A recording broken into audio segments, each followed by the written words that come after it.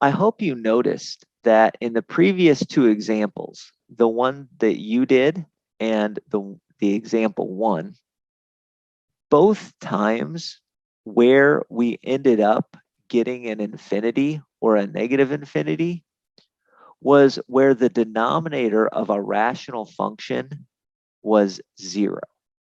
So in the you-do problems, x approached 7 from both the right and the left, and the denominator is 0 when you try to plug in x equals 7. Similarly, in example 1, the denominator is 0 when you plug in x equals 3.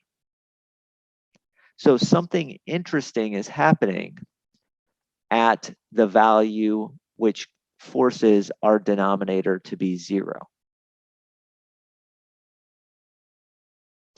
And that is the observation I'd like you to make.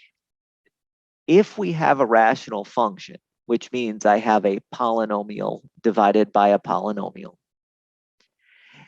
if the denominator polynomial is 0, but the numerator polynomial is not 0 when you plug in c,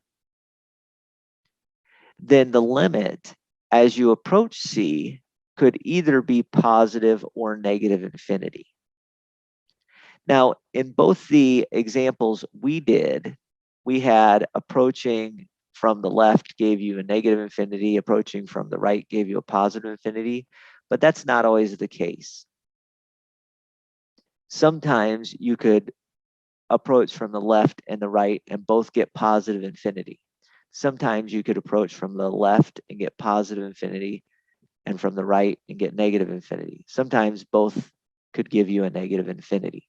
So in terms of the actual understanding here, when the denominator of a rational function becomes 0, but the numerator is not 0, we're going to get limits that are positive or negative infinity from the left and the right. Moreover, when that happens, we end up with what's called a vertical asymptote. I'm sure you've seen vertical asymptotes before in mathematics. If you've taken pre-calc, you have seen vertical asymptotes. The line x equals c is a vertical asymptote if either as you approach c from underneath, you get a limit which is plus or minus infinity, or as you approach c from above, you get a limit which is plus or minus infinity. We can talk about vertical asymptotes just as easily as we can talk about limits going to either positive or negative infinity. So because of what we saw with rational functions, if we have a polynomial divided by a polynomial, if the top polynomial is not 0, but the bottom polynomial is 0 when you plug in a value of c, then the rational function will have a vertical asymptote at x equals c. This is nice because algebraically, we can just set the denominator equal to 0 and find out where our vertical asymptotes are.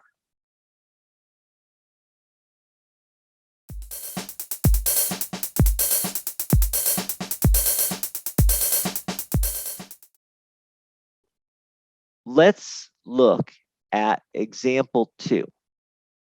Example 2 says, find the vertical asymptotes of the following function.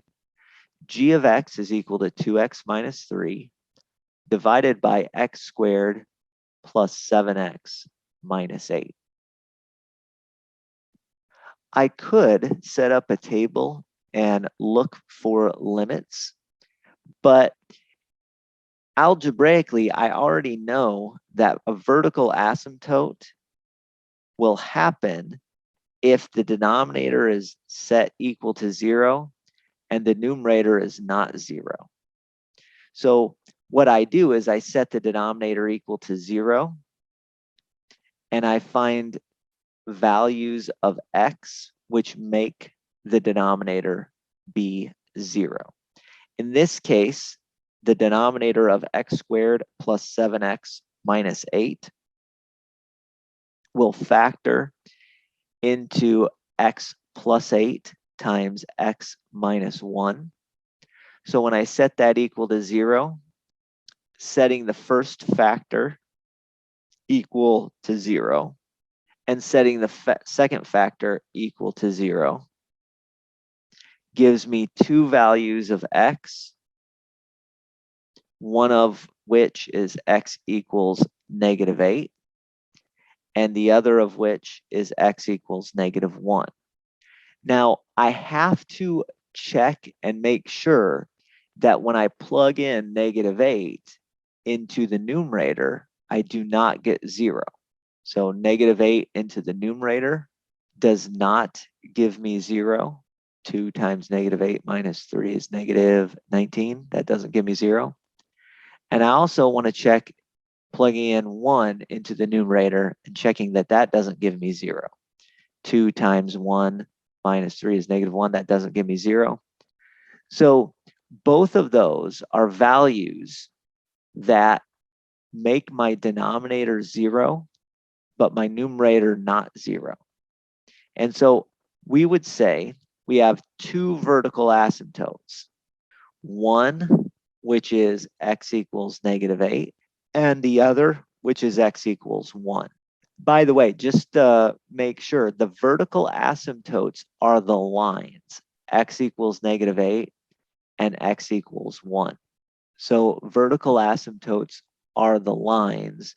Make sure you write them as an equation. So a lot of times people will write just the number -8, and that's not a vertical asymptote. The line x equals -8 is a vertical asymptote. If you graph this, then you can see what's going on a little bit better. Notice that we have two spots which we're shooting off to positive and negative infinity on, one of which is the x equals -8. The other is the x equals 1. So we have two vertical asymptotes there. So that's what this rational function looks like.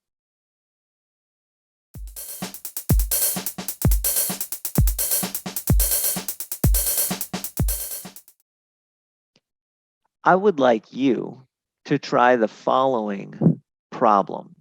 Find the vertical asymptotes of this function. F of x equals x plus 9 divided by x squared minus x minus 20. Push pause on the video and we'll look at the answer in the next video.